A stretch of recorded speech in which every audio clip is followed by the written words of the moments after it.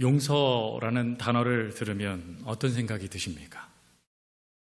그거는 나와 상관없는 말씀이겠다 라는 생각이 혹 드시지는 않으십니까? 사실 용서라는 것은 쉽지 않습니다. 저도 목회를 하면서 성 깊은 상처를 받은 적이 있습니다. 그 상처가 얼마나 컸던지 제가 목회하면서 처음으로 목사의 직을 내려놔야 되겠다 하는 생각이 들 정도로 그 상처는 아주 집요하게 저를 무너뜨려 버리더라고요. 근데 저를 무너뜨리는 것은 그래도 어느 정도 참을 수 있겠는데 상대방을 볼 때마다 그 잘못된 감정이 끊임없이 제 안에서 솟아나서 제 마음을 흔들어 버리는 것입니다. 그래서 주일날 교회에 가는 것이 목사인데 기쁘지가 않는 겁니다. 그분을 보고 싶지 않기 때문이었죠. 머리로는 충분히 그를 용서해야 된다는 것을 알고 있었습니다. 그러나 가슴이 따라오지 않는 거예요. 가슴이 따라오지 않는다 보니까 억지로 그것을 웃으면서 그에게 손을 내미는 제 모습이 너무 불쌍해 보였고, 그리고 그런 가식적인 모습이 너무 혐오스러워 보였습니다. 그런데도 용서가 되지 않는 거예요. 그 용서가 되지 않는 그 마음 때문에 3년간의 시간이 저에게는 지옥과도 같았습니다. 근데 그 시간을 겪는 그 모습이 단지 앞에 있는 목사만의 고통은 아닐 것입니다. 성도님들도 용서하지 못하는, 용서할 수 없는 수많은 상처 때문에 힘들어 하시고 계실 거예요. 그러면 그런 모습 가운데 내가 용서하는 것이 아니라 그가 내게 용서를 빌어야지 라고 생각하는 게 어찌 보면 당연할 것 같습니다. 그런데 성경은 오늘 여러분들에게 부담스러운 말씀을 하십니다. 그것은 용서는 선택이 아니라 필수라고 말씀하시며 하나님의 명령이라고 말씀하신 것입니다. 특별히 마태복음 6장 14절부터 15절에 예수님께서는 이렇게 말씀하셨습니다. 너희가 사람의 잘못을 용서하면 너희 하늘 아버지께서도 너희 잘못을 용서하시려니와 너희가 사람의 잘못을 용서하지 아니하면 너희 아버지께서도 너희 잘못을 용서하지 아니하시리라. 또한 에베소서 4장 32절에 이렇게 또 말씀합니다. 서로 친절하며 불쌍히 여기며 서로 용서하기를 하나님이 그리스도 안에서 너희를 용서하심과 같이 하라. 즉 용서는 단순히 감정으로 선택하여 행하는 것이 아니라 하나님의 뜻에 순종하여 행하는 것이다 라고 하나님께서 말씀하신 것이죠. 그러니 우리는 하나님의 명령을 지키는 자이기에 힘들고 어려운 그 용서의 자리로 나아가야 합니다. 그러면 이때 우리가 묻게 되어지겠죠. 그러면 그 용서를 통해 하나님은 우리에게 어떤 것을 허락하시기에 우리를 그 힘듦의 자리로 이끄시는 것입니까? 라고 말이죠. 그것이 바로 하나님의 목적이 있으신데 그것은 우리를 치유하고 회복하기 위함의 목적입니다. 즉 우리를 진정한 치유와 회복, 그 은혜를 맛보아 우리가 살아나도록 하나님께서는 그 은혜를 저와 여러분들이 경험하도록 우리를 용서의 자리로 나아가라라고 말씀하신 것이에요. 오늘 본문은 이런 용서의 두 회복과 치유의 은혜가 무엇인지를 구체적으로 말씀을 하십니다. 첫 번째, 용서를 통해 하나님께서 우리들에게 맛보도록 허락하신 은혜는 감옥에서 벗어나는 은혜입니다. 마태복음 18장은 하나님의 나라의 공동체는 어떠한 특징이 있는가에 대한 다양한 예들을 이야기해 놓은 곳이 마태복음 18장입니다. 근데 그 18장에서 하나님의 나라의 공동체는 이러한 모습이 있어야 된다라는 예수님의 말씀을 듣던 베드로가 갑작스럽게 예수님께 이렇게 질문합니다. 주님, 만약에 형제가 내게 죄를 범하였다면 제가 몇 번이나 용서해야 합니까? 제가 7번까지 하면 되겠습니까? 라고 이야기를 합니다.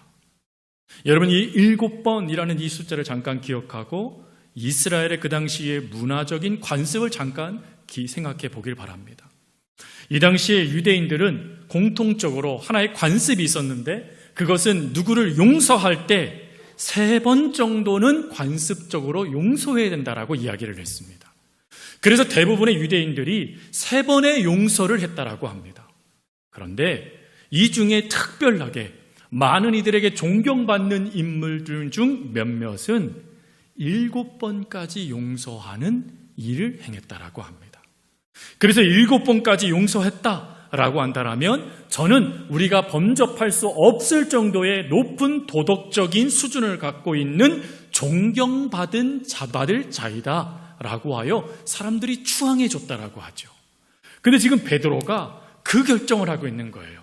주님, 제가 관습을 뛰어넘어 사람들이 취향하고 있는 그 7번 그 용서의 모습까지 가겠습니다 라고 말한 거예요. 그러니 여러분, 이 놀라운 말씀에 예수님이 칭찬해 주셔야 되잖아요. 대부분은 3번 정도만 해도 괜찮아, 우리가 할 도리를 다 했어 라고 하는데, 아니 나는 7번까지 용서할 거야 라고 했으니요, 주님께서 잘했다 박수 쳐 주셔야 되지 않겠습니까? 그런데 우리 주님은 칭찬의 말씀을 하지 않으시고 이렇게 말씀을 하세요. 7번뿐 아니라 70번씩 7번이라도 할지니라. 무슨 말씀이죠? 용서에 끝이 있어서는 안 된다 라는 말씀이에요. 7번으로 사람들의 존경받는 것으로 너 만족하지 말고 하나님의 나라의 공동체는 무한한 용서를 베푸는 이들이 있는 곳이 되어야 된다라는 것을 말씀하신 거예요. 성도 여러분, 어떠세요? 저희 서초신동교회가 무한한 용서가 가득한 교회인 것 같으십니까? 왜 대답을 안 하세요? 그런 교회가 되어질 수 있기를 주님의 이름으로 축복합니다. 그럼 왜 우리가 대답을 자꾸 멈출까요? 이유는 우리 그렇게 살지 못하기 때문입니다. 알지만 내가 아닌 남이 나에게 용서해야 된다는 생각이 더 많기 때문이죠. 심지어 용서하지 못하는 그것이 우리의 폐부를 찌르는 독이 되고 있다는 것도 우리는 너무 쉽게 간과합니다. 한 중년의 남성이 위궤양에 걸렸다라고 하죠. 그래서 위궤양에 걸려서 병원에 의사분에게 가서 진찰을 받는데 의사분이 이렇게 얘기했대요. 저는 어찌 보면 레파토리 같은데 스트레스를 받고 계신가요? 이렇게 물으셨대요. 그러자 이분이요, 이렇게 얘기했답니다. 선생님, 저는 지난 15년 동안 매일 밤 복수를 상상하는 꿈을 꾸며 잤습니다. 저를 배신한 친구에게 어떻게 갚아줘야 될지 저는 계획을 세우고 그것을 꿈으로 그것을 실행해 보는 것이 저의 일상이었습니다 라고 이야기를 했대요. 그러자 그 이야기를 들었던 선생님이 가만히 눈을 감고 있다가 이렇게 얘기했답니다. 복수는 잠을 재우는 약은 될 수 있지만 매일 당신은 독약을 한 방울씩 마시며 당신의 몸을 죽이고 있습니다 라고 이야기했대요. 즉 그를 용서하지 못하고 그에게 복수할 그 생각을 갖고 끊임없이 그것을 꿈꾸고 그것을 실행으로 옮기고자 했던 그 모든 것이 결국은 나를 죽이는 독이 되고 있었다라는 것입니다. 그런데 여러분, 그래도 우리는 뭐 하지 못하죠? 용서하지 못합니다. 사실 저도 이런 비슷한 경험을 했습니다. 교회를 바르게 세우고 또 부서기관을 바르게 세우기 위해서 참 여러 가지 일들을 부임해서 감당을 했습니다. 근데 그 일들을 감당하다 보니까 안타깝게도 오해하는 그 일 과정들을 통하여 참 심각한 외적, 내적 내상을 입었어요. 근데 그 내상을 입으니까요, 미치겠는 거예요. 여러분, 목사가 주일에 교회 가는 게 기뻐야 되잖아요. 아멘을 안 하시네요? 제가 슬프길 바라신 것은 아니시죠? 목사가 주일이 성도들 만나는 게 기뻐야 되잖아요. 그런데 교회 가고 싶지가 않은 거예요. 주일이 너무 싫은 거예요. 그래서 하나님께 이렇게 물었어요. 하나님, 저를 다른 교회로 옮기시던지 저 인간을 다른 곳으로 옮기시던지 둘 중에 하나는 하세요. 너무 힘들었어요. 그래서 저희 집사람이 저를 정말 사랑하잖아요. 역시 아멘 안 해도 뭐 괜찮습니다. 사랑하잖아요. 근데 그 집사람이 제가 그것 때문에 힘들어하는 걸 아니까 눈물로 기도하면서 저를 어떻게 하든지 기분 좋게 해주려고 집에서는 정말 애를 썼어요. 근데 안 돼요. 저도 모르게 저를 감옥에 가둬버리더라고요. 그리고는 그 끝없는 절망과 그 고통 속에 끊임없이 너 때문이야, 너 때문이야 라는 걸 되새김하게 만들어버렸어요. 근데 어느 날 새벽에 기도를 하는데 하나님이 저에게 이렇게 말씀하시는 거예요. 야야, 네가 전화해라. 야, 네가 가서 미안하다 말해라. 이 얼마나 은혜로운 말씀이에요. 제가 소리를 질렀어요. 뭐라고요, 하나님? 저보고 가서 용서하라고요? 저는 용서받아야 될 사람이에요, 하나님. 그 인간 때문에 제가 얼마나 고통을 당하고 있는데 하나님 어떻게 저에게 그러실 수 있으세요? 섭섭합니다, 하나님. 그리고는 6개월간 싸웠어요, 하나님과. 6개월간 끊임없이 하나님은 그렇게 말씀하셨어요. 근데 저는 6개월간 끊임없이 하나님은 그 말씀을 거절했어요. 씨름을 한 거죠, 야곱처럼. 어떻게 되었을까요? 제가 졌습니다. 그래서 눈물을 흘리고 기도를 하루 종일 한 다음에 그날 저녁에 잠시 집 밖을 나가서 전화를 했어요. 집사님, 제가 잘못했습니다. 그렇게 이야기를 하고 그 다음부터 정말 사랑으로 그분을 만나고 그 가정을 정말 내 가족처럼 여기며 사랑해줬어요. 너무 힘들었어요. 기도는커녕 쳐다보기도 쉽지 않은 그였는데 하나님의 말씀에 순종해서 6개월간 처절하게 싸운 다음에 실패한 제 모습에 절망하지 않고 그래도 하나님 말씀이기에 움직였는데 놀라운 일이 발생됐어요. 그것은 그분이 어떻게 변화된지 모르겠어요. 물론 진짜 그분은 놀랍게 후에 변화됐습니다. 그래서 제가 교회를 사임합니다 라고 할 때 그분이 저에게 찾아오셨어요. 그래서 뭐라고 말씀하시냐면 목사님 안 가시면 안 되겠습니까? 라고 이야기해 주셨어요. 전 너무 감사했어요. 그게. 근데 그분을 그렇게 용서하고 그리고 그분께 화해를 제가 표하고 용서를 구하자 제 안에요 말할 수 없는 기쁨이 밀려오기 시작하는 거예요. 그 전에 저도 모르게 억눌렀던 그 수많은 감정 속에서 제가 자유함을 누리게 되는 것입니다. 그것을 경험한 난 순간부터 제 목회가 기뻐지기 시작하는 거예요. 설교하는 것이 즐거워지기 시작하고요. 성도들을 만나는 게 즐거워지기 시작하고 기도하는 게 즐거워지기 시작했다라는 것입니다. 여러분, 성경에도 이런 놀라운 은혜가 기록된 인물이 있어요. 누구냐면 에서입니다. 에서. 여러분, 에서는 자기 동생 야곱 때문에 장자권을 빼앗긴 인물이에요. 가족이 깨어져 버렸습니다. 그리고 그 상처가 얼마나 컸던지 창세기 27장 41절에 가보면 내가 반드시 그를 죽이겠다라고 이야기할 정도였어요. 즉 그 상처가 이제는 분노가 되어 살해의 도구가 되고 있는 것입니다. 그런데 그 어려움 가운데 상처 가운데 신음했던 에서가요. 어떤 일이 에서에게 발생되어지죠? 20년이 지난 뒤 이런 역사가 발생됩니다.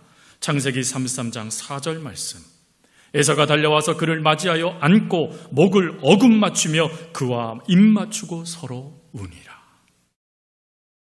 20년 만에 드디어 형 에서가 자신에게 상처 주었던 그 못쓸 동생 야곱을 용서했다라는 것입니다. 대부분의 신학자들은 이때의 모습을 야곱에 집중하지 않고 요셉에게 집중하며 이렇게 말합니다. 드디어 에서에게 집중하면서 말합니다. 에서는 드디어 20년간 그 어두운 감옥 속에서 해방되었다.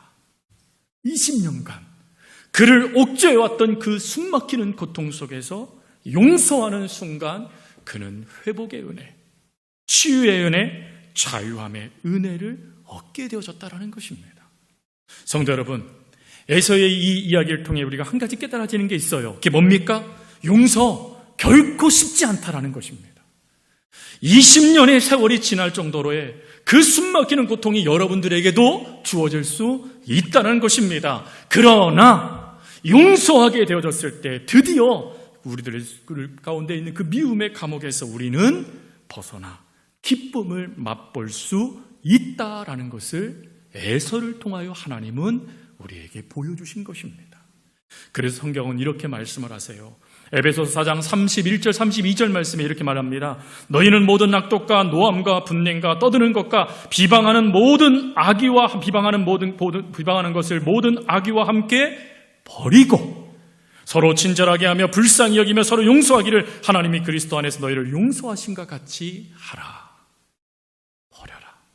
누구를 위해 버려야 될까요? 여러분을 위해서 말입니다. 나를 위해서 그걸 버려야 된다는 것이에요. 여러분, 하나님은 우리가 감옥과 같은 인생 속에 살아가기를 원치 않으세요. 하나님은 여러분들이 그 감옥과 같은 곳에서 독을 한 방울씩 한 방울씩 마시면서 여러분들의 영육이 죽어가기를 원치 않으십니다.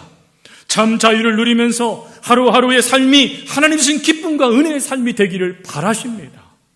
그러므로 우리는 여러분, 용서가 하루아침에 되어지지는 않을 수 있겠지만 그 용서의 과정이 마치 마라톤을 뛰는 것처럼 숨막히는 고통의 연속의 인생의 여정이 되겠지만 그래도 그 길을 가야 된다는 거예요. 그럴 때 용서는 여러분들을 스스로 감옥에 가두었던 그 문을 여는 은혜가 된다는 것입니다. 더군다나 잠언 19장 11절에 이렇게 또 말씀을 하세요. 노하기를 더디하는 것이 사람의 슬기요 허물을 용서하는 것이 자기의 영광이니라. 여기서 이 자기의 영광이다라는 게 이게 뭔 뜻이냐면 하나님의 형상을 회복하는 과정이다라는 뜻이에요. 여러분, 우리가 하나님의 형상을 덧입어서 태어난 예수 그리스도 안에 새로운 존재가 됐던 자들이잖아요. 그런데 그런 모습이 우리가 사단의 속아 아니면 다른 감정의 속아 그 형상을 무너뜨리고 있었는데 이 용서는 다시금 그 형상을 회복하는 은혜의 역사가 된다는 것입니다. 그러니 여러분, 그 무거운 짐, 미움의 짐, 용서할 수 없는 그 수많은 것들의 모든 것들을 버리며 용서의 자리로 나아가십시오. 혹시 내 스스로는 도무지 그걸 할 수 없다라 생각되어 주십니까? 그러면 기도하세요. 하나님, 제 마음의 미움과 원망을 가져가 주세요. 이 감정의 감옥에서 저를 자유롭게 해주세요 라고 하며 기도하며 움직이세요. 그러면 하나님은 더 큰 역사로 여러분들이 기대하지 않는 그 큰 은혜와 역사들을 여러분들에게 토하셔서 용서를 통한 하나님의 회복과 치유의 역사들을 통해 여러분들을 하나님의 자녀답게 세워가 주실 것입니다. 그러니 여러분, 힘들어도 용서의 자리로 나아갈 수 있길 바랍니다. 그리고 두 번째, 깨어진 관계가 회복되는 은혜를 하나님은 더하십니다. 여러분, 인생을 살아가면서 단 한 번도 상처받지 않은 이가 있을까요? 없을까요? 여러분 어떠세요? 상처받은 적 있으십니까? 없으십니까? 왜 또 숨기세요? 이 세상에 상처 없이 살아가는 사람은 없습니다, 여러분. 부부 관계에서도, 부모 관계에서도, 심지어 친구 사이에서도, 또 직장의 동료들, 심지어 교회 안의 성도들 사이에서도 상처 주고 받습니다. 여러분, 제가 결혼한 뒤 아내에게 상처 준 적이 없다라고 하면 믿으시겠습니까? 아니요. 네, 맞습니다. 거짓말입니다. 저 상처 많이 줬습니다. 제 아내에게 씻을 수 없는 상처도 많이 줬어요. 그럼 저희 집사람은 저에게 상처를 주지 않았을까요? 집사람도 상처를 주었습니다, 저한테. 물론 아주 미묘한 상처를 줬죠. 상처 참 우리 사이를 불편하게 만들더라고요. 내가 집사람에게 한 상처, 또 집사람이 저에게 미묘하게 준 그 상처, 그것이요 끊임없이 부부 사이를 멀어지게 만들어요. 그런데도 불구하고 어떻게 저희 부부가 알콩달콩 사랑을 나누며 이렇게 행복한 가정을 이룰 수 있었을까요? 답은 하나밖에 없어요. 용서했기 때문에 그렇습니다. 또 용서해 주었기 때문에 그래요. 여러분, 관계 회복의 유일한 열쇠는 바로 용서하는 것입니다. 용서할 때 그 용서가 우리의 삶에 기쁨, 관계의 끈을 더 곤독하게 만들어주는 악교 풀과 같은 정말 단단한 그 접착제와 같은 역사를 일으켜준다라는 것이에요. 그럼에도 불구하고 어떠세요? 부부 사이에 미안해, 용서해줘. 여러분 그런 말 하고 계세요? 교우들 사이에 권사님 제가 잘못했어요. 장로님 제가 잘못했어요. 집사님 잘못했어요. 라고 이야기하며 용서하고 계세요? 안타깝게도 우리 잘 못해요, 여러분. 왜 그럴까요? 그 이유를 오늘 말씀에 있는 비유에서 보면 두 가지로 알 수 있어요. 오늘 비유의 말씀에 보면 1만 달란트 빚진 자가 용서함 받는 이 비유가 나와요. 여러분 1만 달란트가 오늘날로 돈으로 따지면 대략 어느 정도 되냐면 1,500억 정도 되는 금액이라고 합니다. 1,500억. 이 1,500을 벌려면 평균 노동자들이 몇 년 일해야 되는 줄 아세요? 15만 년을 일해야 된다라고 합니다. 그래야 얻을 수 있는 금액이에요, 여러분. 즉 우리가 감히 용서받을 수 없는 금액인 걸 말하고 있는 거예요. 근데 그것을 주인이요 불쌍히 여기면서 탕진해줬어요. 없애줬어요. 탕감해줬어요. 탕감해준 거죠. 탕감해줬어요. 그러면 여러분 이 얼마나 큰 은혜예요? 그런데 자기에게 100데나리온, 오늘날로 따지면 1,000만 원이에요. 1,000만 원. 그 1,000만 원 빚진 자가 빚을 갚지 못하니까 너 갚아! 라고 하며 감옥에 가둬버리는 이 일이 오늘 이 1만 달란트 빚진 자가 행하고 있어요. 왜 그가 그렇게 했을까요? 두 가지 이유 때문이에요. 첫 번째로는 이기심 때문입니다. 이기심. 여러분 이기심이라는 게 뭡니까? 나는 되는데 너는 안 된다는 거예요. 나는 용서받을 수 있어야 되지만 너는 용서받으면 안 된다는 거예요, 여러분. 이게 이기심이에요, 여러분. 근데 이 이기심이 우리 안에 있어요. 또 망각은 어떻습니까? 여러분 1만 달란트는 우리가 도무지 갚을 수 없는 금액이에요. 그 금액을 내가 용서 안 받았으면 이게 얼마나 큰 은혜입니까? 근데 그 은혜를 기억하며 나도 그 은혜를 흘려보내는 게 진정한 주인의 뜻이고 우리의 도리인데 그 은혜를 잊어버려요. 망각해버려요. 그러다 보니까 흘려보내야 될 그곳에 흘려보내지 못하고 오히려 그를 죽이는 결정을 우리가 하고 있다는 것입니다. 성도 여러분, 하나님께서 우리들에게 허락하신 은혜가 얼마나 큽니까?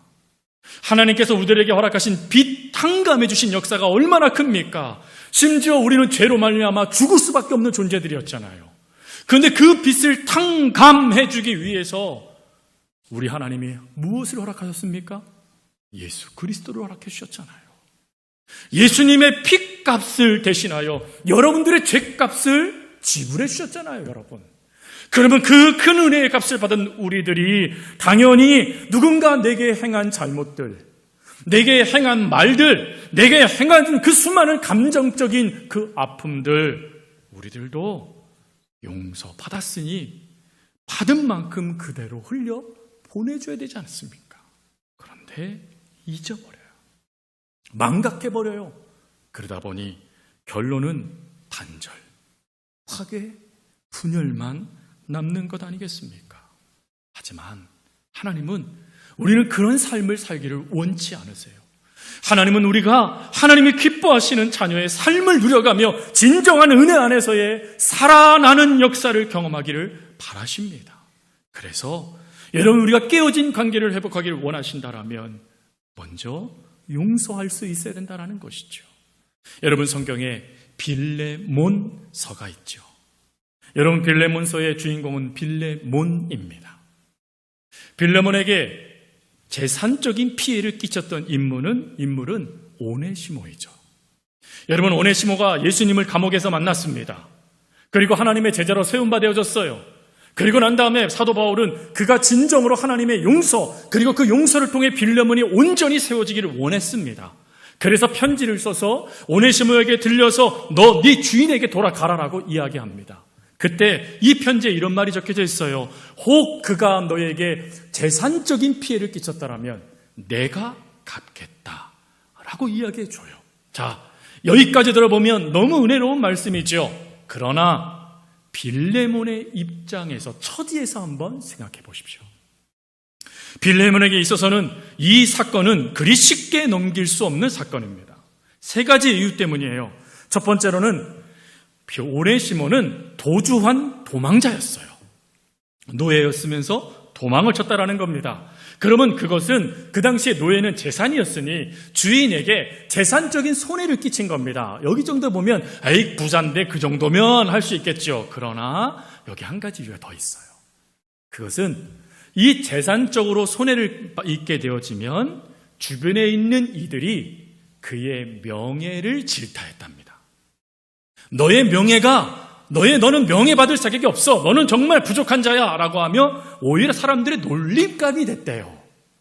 그러니 그가 재산적인 손해를 받았다라는 것은 결국 그의 마음에 큰 상처를 그가 입혔다라는 걸 말하는 것입니다.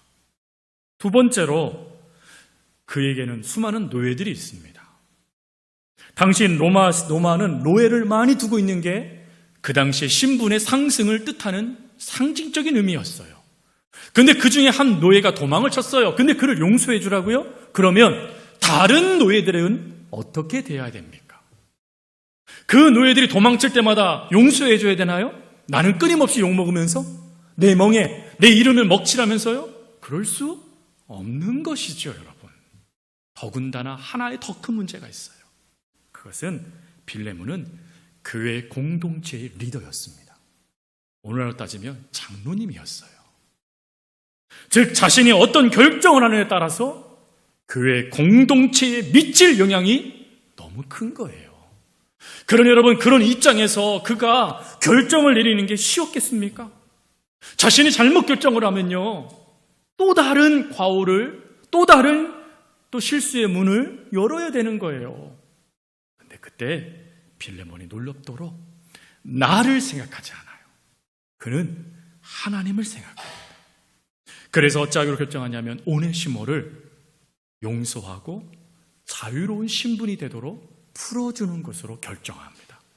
그래서 오네시모를 사도 바울에게 다시 보내요. 사도 바울에게 다시 보냈다는 것은 그가 자유인이 됐다라는 뜻을 말하는 것입니다. 근데 여러분, 이렇게 보냄을 통하여 오네시모가 후에 어떻게 됐는 줄 아세요? 이 오네시모가요, 에베소 교회의 목사가 됩니다. 즉 도둑놈이 목사가 된 거예요, 여러분. 이 얼마나 큰 은혜예요? 더군다나 이 오네시모가요, 사도 바울의 수많은 편지들이 있잖아요. 서신서. 이 서신서들을 모으는 일을 감당했다고 합니다. 즉 교회에 보낸 편지가 사라질 수 있기 때문에 그 주옥 같은 말씀이 사라지지 않기 위해 최선을 다하여 편지를 모은 사람이 누구였냐면 오네시모였대요. 즉 빌레몬이 그를 용서해 줌을 통하여 에베소 교회가 든든히 세워지는 목회자로 통하여 교회를 세우게 되어졌고, 주옥 같은 사도 바울의 편지들을 모아 오늘 우리들이 하나님의 귀한 말씀들을 들을 수 있는 길을 예비하는 위대한 사람이 됐다는 것입니다. 성도 여러분, 이것이 바로 용서의 능력이에요. 하나님은 이 용서의 능력으로 교회를 세워가고 있는 것입니다. 그러면 우리는 어떻게 하면 이 용서를 실천할 수 있을까요? 직접적으로 그분에게 다가가서 용서를 구할 수는 없을 것 같아요. 너무 힘들어요. 아직 그냥 그 단계까지는 안 될 것 같아요. 그럼 멈춰야 될까요? 아니요. 그래서 예수님이 이런 말씀을 하셨어요. 마태복음 5장 44절, 너희 원수를 사랑하며 너희를 박해하는 자를 위하여 기도하라. 뭐 하래요? 여기서 기도하라라는 것은 축복하라라는 뜻이에요. 질문 드릴게요. 축복하실 수 있으시겠습니까? 아멘 하신 분이 저랑 딱 눈을 맞으셨어요. 아멘. 한 분. 다른 분들은요? 그럼 목사님은 하실 수 있으세요? 네. 자, 제 얘기를 한번 들어보세요. 그 상처를 준 그분들을 놓고 3년 동안 제가 얼마나 힘들었는지 말씀을 드렸잖아요. 근데 하나님이 용서하라라는 말씀을 주기 전에 무슨 말씀을 저에게 주셨냐면, 야, 기도해줘라 라는 말씀을 먼저 주셨어요. 기도가 안 돼요. 쳐다보기도 싫은데요? 기도하라고요? 아니요, 여러분. 불가능한 것 축복해 주세요. 건강 주세요. 가정에 평안을 주세요. 라고 하며 여러분 기도해 보세요. 놀라운 것은 먼저 여러분들에게 기적이 일어나실 거예요. 그 기적은 마음의 변화가 일어나요. 내 신앙 가운데 죽어있던 내 영혼이 살아나는 것을 느끼기 시작하실 거예요. 그리고 그 순간 하나님과의 관계가 돈독하게 연결되고 있다는 것을 깨닫게 되실 겁니다. 거기서 끝나지 않아요. 빌립보서 4장 7절에 사도 바울은 이렇게 말을 합니다. 그리스도 예수 안에서 하나님의 평강이 너희 마음과 생각을 지키시리라. 여러분, 여기에서 하나님의 평강이 너희를 지키신다라는 이 뜻은 무슨 뜻이냐면 하나님이 너의 삶이 닫혀지지 않도록 보호하여 주실 것이다 라는 뜻이에요.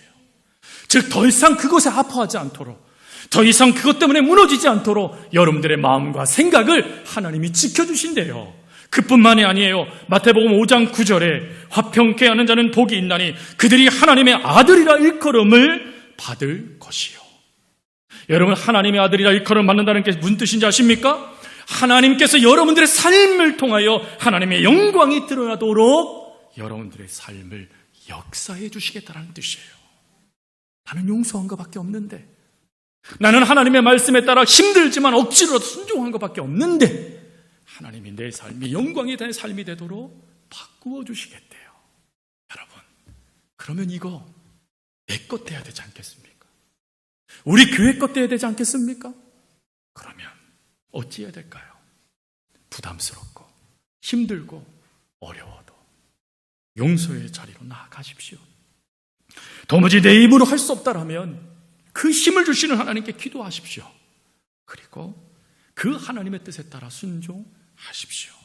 그러면 그 하나님의 은혜가 저와 여러분들을 살리게 될 것이고, 그 기쁨이 저와 여러분들의 영혼을 춤추게 만드는 역사가 될 것이고, 더 이상 상처에 목말라하며 무너지는 여러분들이 아니라 회복하며 기뻐하며 그 은혜를 누리는 여러분들의 삶이 되어 주실 것입니다. 그 역사를 바라보며 성도 여러분, 용서로 여러분들의 그 회복의 문을 열어 가실 수 있기를 주님의 이름으로 축복합니다. 우리 기도하겠습니다. 사랑과 은혜가 많으신 하나님 아버지, 감사합니다. 저희들 오늘 너무 힘들고 또 때로는 너무 부담스러운 하나님의 말씀을 들었습니다.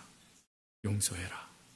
하나님, 그 말씀에 순종하는 것이 너무 어렵습니다. 그래서 그 용서의 자리까지 나아가는데 하나님, 마라톤과 같은 숨막히는 고통이 우리들에게도 찾아올 수 있습니다. 그러나 하나님의 말씀에 순종하길 원합니다. 그리하여 발을 내딛고 달려가길 원합니다. 하나님, 저희들을 도와주셔서 용서의 자리에 앉을 수 있도록 도와주시고, 그 용서의 발을 내딛기 위하여 달리는 성도들의 삶에는 말할 수 없는 하나님의 기쁨과 은혜, 영육이 살아나는 복을 더하여 주옵소서. 감사합니다. 사랑 많으신 예수님의 이름으로 기도합니다. 아멘.